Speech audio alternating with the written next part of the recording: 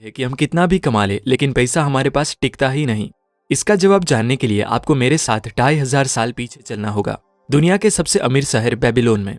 आप पूछेंगे बेबीलोन ही क्यों? क्योंकि बेबीलोन अपने टाइम का सबसे अमीर शहर था और बेबीलोन का सबसे अमीर आदमी था अरकद। वो इतना अमीर था कि खूब सारे खर्चे, आलीशान जिंदगी और बहुत सारा दान देने के बावजूद भी उसकी दौलत दिन ब दिन बढ़ती ही जाती थी। एक दिन उसके बचपन के दोस्त उससे मिलने आए और बोले, अरकद तुम बहुत लकी हो कि आज तुम्हारे पास इतना सारा पैसा है, जबकि हम मुश्किल से 2 वक्त की रोटी कमा पाते हैं। तुम अच्छा खाना खाते हो, एक आलीशान महल में रहते हो, कीमती कपड़े और जवाहरात पहनते हो, तब भी तुम्हारी दौलत कम नहीं होती, जबकि हम अच्छी चीजों के बारे में सोच भी नहीं सकते। पर एक टाइम था अरकद जब हम एक जैसे ही थे, एक ही स्कूल में पढ़ते थे, एक ही गेम खेलते थे। तब तुम हमसे बेहतर नहीं थे और ना ही तुम में कोई एक्स्ट्रा हुनर था। हमने मेहनत भी सेम ही करी। फिर बताओ अरकद, ऐसा तो तुमने क्या किया कि तुम इतने अमीर बन गए? अरकद, क्या तुम हमें अपने अमीर बनने के राज बता सकते हो?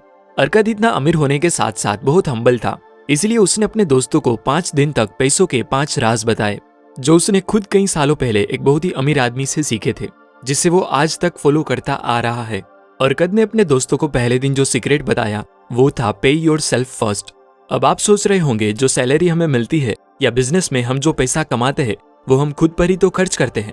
पर दोस्तों, खुद को पे करने का मतलब ये नहीं है कि आप अपने सारे पैसे खर्च कर दो। यहाँ खुद को पे करने का मतलब है अपनी कमाई का 10% अपनी सेविंग में डालना। हर महीने सैलरी मिलते ही हम कपड़े खरीदते हैं, बिल्स भरते हैं, रेस्टोरेंट जाते हैं, मतलब हम अपनी कमाई सब लोगों में बांट देते हैं सिवाय खुद के। अरकद बताता है कि इंसान चाहे 10,000 कमा रहा हो या 10 लाख, उसे अपनी कमाई का 10वां हिस्सा कमाई मिलते ही सेव कर लेना चाहिए। और ऐसा उसे तब से शुरू कर देना चाहिए जब से वो कमाना शुरू कर दे। जितना जल्दी उतना अच्छा। आप जो एक हिस्सा सेव करते हो उसको सही जगह इन्वेस्ट करके उस एक हिस्से से बहुत सारा और पैसा बनाया जा सकता है। इतना पैसा कि आप जितना मर्जी खर्च करें, आपका अकाउंट कभी खाली ना हो। पर कई लोग कहते हैं कि ये 10% सेव करना बहुत ही मुश्किल है, इतना पैसा तो बचता ही नहीं। इसका जवाब है अरकद के सेकंड प्रिंसिपल में, जो है लीव बिलो योर मीन्स। मेरा एक दोस्त हर 6 महीने में अपनी गाड़ी बदल देता है। उसका मानना है कि वो इस तरह से लेटेस्ट टेक्नोलॉजी का यूज कर रहा है, जबकि लोन की EMI उसे हमेशा परेशान करती है। हमें अपनी जरूरत और इच्छाओं के बीच फर्क समझना चाहिए। ज्यादातर लोग पार्किंसंस लॉ का शिकार होते हैं, जो कहता है कि हमारी कमाई के हिसाब से हमारे खर्चे मैच हो जाते हैं। अगर आप अपने खर्चों और लाइफस्टाइल के बारे में सोचना शुरू करें तो आपको कुछ ऐसे खर्च जरूर मिल जाएंगे जिसे पूरी तरह से खत्म या कम किया जा सकता है। जब हमारी सैलरी 20,000 होती है तब हमारा घर ठीक से चल जाता है और हम सोचते हैं कि जब हमारी सैलरी 50,000 होगी तब हम सेविंग करेंगे। लेकिन जब हमारी सैलरी बढ़कर 50,000 होती है तब भी हम सेविंग्स नहीं कर पाते। इसका रीजन है, जिस प्रपोर्शन में हमारी सैलरी बढ़ती है उसी प्रपोर्शन में हमारे खर्चे भी बढ़ जाते हैं। इसलिए पैसों को मैनेज करने का सबसे बेस्ट तरीका है हर महीने बजट बनाना, जिससे आप अपनी नीड और वांट्स को आसानी से पहचान पाओगे। उसके बाद अरकद ने अपने दोस्तों को तीसरा लॉ बताया कि make your money work for you. अपनी इनकम का 10% सेव करना केवल शुरुआत है। सिर्फ सेविंग करके कोई अमीर नहीं बन सकता। आपको अपनी सेविंग से काम करवाना होगा, यानी कि उसे इन्वेस्ट करना होगा। अरकद अपने दोस्तों को कहता है कि जब आप एक गोल्ड कॉइन सेव करते हो तो उसे आपका गुलाम बनाओ, जो आपके लिए काम करके आपको और कॉपर के सिक्के बना कर दे, जिन्हें आप फिर से काम पे लगाओ, जो आपको और सिक्के देंगे। यानी अपनी सेविंग्स को इन्वेस्ट करो और उस इन्वेस्टमेंट के प्रॉफिट को भी फिर से इन्वेस्ट करते जाओ। आप इन्वेस्टिंग में जितना ज्यादा अच्छे होगे, आपकी दौलत उतनी ही तेजी से बढ़ेगी।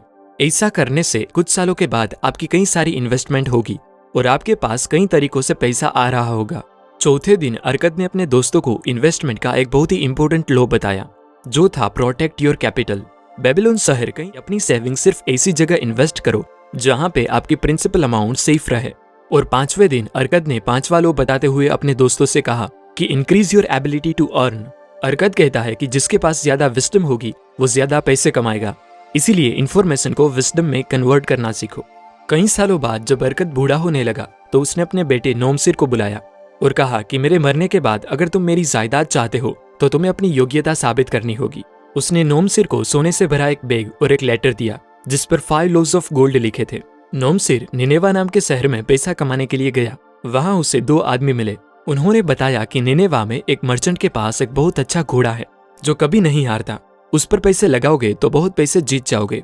नोमसिर ने घोड़े पर पैसे लगाए और हार गया। बाद में पता चला कि वो दोनों आदमी घोड़े वाले के साथ मिलकर नए और अमीर लोगों को लूटते थे। फिर एक दिन एक आदमी ने बताया कि एक दुकान का मालिक मर गया है, उसकी दुकान बहुत सस्ते में बिक रही है, उसको खरीद लोगे तो काफी मुनाफा होगा। नोमसिर ने वो दुकान खरीद ली, लेकिन दुकान चलाने का कोई एक्सपीरियंस ना होने के कारण उसको काफी नुकसान हुआ और उसके पास कुछ भी पैसा नहीं बचा। फिर एक दिन उसने वो लेटर देखा जिसपे अरकत ने 5 लॉज ऑफ गोल्ड लिख कर दिए थे। उसमें लिखा था कि अपनी अर्निंग का 10वां हिस्सा फ्यूचर के लिए बचा के रखो, अपनी सेविंग को बुद्धिमत्ता के साथ काम पर लगाओ, केवल एक्सपर्ट और बुद्धिमान व्यक्ति से ही एडवाइस लो, जिस बिजनेस की समझ ना हो उसमें इन्वेस्ट मत करो, ज्यादा कमाने के चक्कर में ज्यादा रिस्की और गैम्बलिंग वाले बिजनेस में मत पड़ो। नोमसिर ने सोचा कि अगर वो इस लेटर को पहले पढ़ता तो अपने पैसे नहीं गंवाता, लेकिन लेटर पढ़ने के बाद नोमसिर ने मेहनत के साथ काम करना शुरू किया। पहले उसने कुछ कॉपर के सिक्के बचाना स्टार्ट किया, उसने अपने खर्चे काफी कम कर दिए।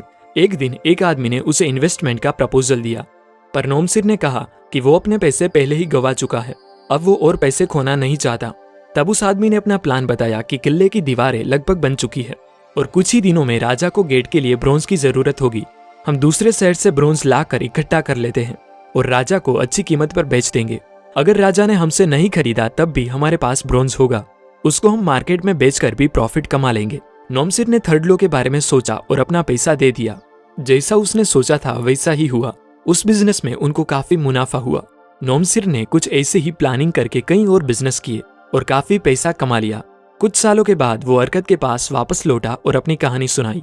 उसने अरकत से कहा, पिताजी मैं आपको सोने से भरा एक बैग देता हूँ जो आपने मुझे दिया था, और 2 बैग सोना और देता हूँ उस लेटर के लिए जो आपने मुझे दिया था, क्योंकि उस विजडम के बिना पैसा नहीं कमाया जा सकता। अरकत ने नोमसिर को गले लगा लिया और कहा, अब तुम सही मायने में मेरी दौलत के हकदार हो। इस तरह अरकत ने अपने दोस्तों से लेकर अपने बेटे को पैसे के प्रिंसिपल सिखाए। कुछ साल बाद बेबीलोन के राजा चिंता में थे और अपने मंत्रियों से कहने लगे कि इस शहर में क्यों इतने ज्यादा लोग गरीब हैं। हमारे शहर में वैसे पैसों की कोई कमी नहीं है, लेकिन फिर भी क्यों इन लोगों के पास पैसे नहीं टिकते।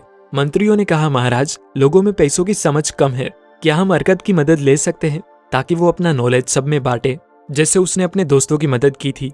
अरकत ने इस प्रस्ताव को मंजूर किया और बहुत से लोगों को एक बहुत बड़े हॉल में इकट्ठा किया और कहा कि दोस्तों, मेरे सारे एक्सपीरियंस को मिलाकर मैंने पैसों की प्रॉब्लम से बाहर आने के 5 प्रिंसिपल्स तैयार किए हैं।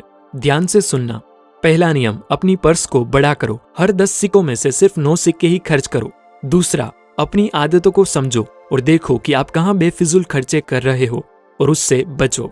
तीसरा, पैसों को काम पर लगाओ। तुमने पैसा सेव कर लिया है और खर्चा भी कम हो गया है, तो अब इन्वेस्ट करना शुरू करो, मल्टीप्लाई करो अपने पैसों को। चौथा, अपने पैसों को प्रोटेक्ट करो।